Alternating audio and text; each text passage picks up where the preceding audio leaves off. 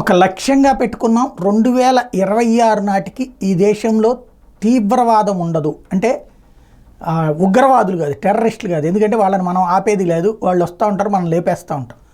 దేశీయ తీవ్రవాదం అంటే నక్సలిజాన్ని అంతం చేస్తామని మొన్ననే హోంమంత్రి అమిత్ షా ప్రకటించారు.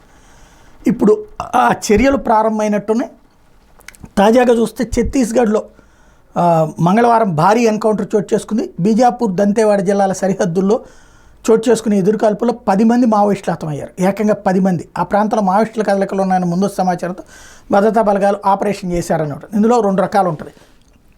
10 మంది ఒకేసారి చనిపోయారు అంటే ప్రీ ప్లాన్డ్గా వాళ్ళని పట్టుకుని అటాక్ చేసినట్టు. ఎన్కౌంటర్ అంటే వాళ్ళు ఉన్నారన్న సమాచారం తెలిసినప్పుడు జరిగితే ఇటు పోలీసులకు కూడా పెద్ద ఎత్తున నష్టం ఉండదు. ఎందుకంటే చావో బతుకో తేల్చుకునేటప్పుడు మావోయిస్టులు వదిలిపెట్టే రకాలు కాదు, వీళ్ళని కూడా ఎంతోమందిని తమతో తీసుకెళ్లాలనుకునేటటువంటి. అట్లా కాకుండా 10 మంది మరణించారు అంటే ఏదో ప్లాన్ చేసి వాళ్ళకి ఏ హనీ ట్రాప్ లాంటిదో చేసి కొట్టడమో సంథింగ్ ఏదో చేసి ఉంటారు.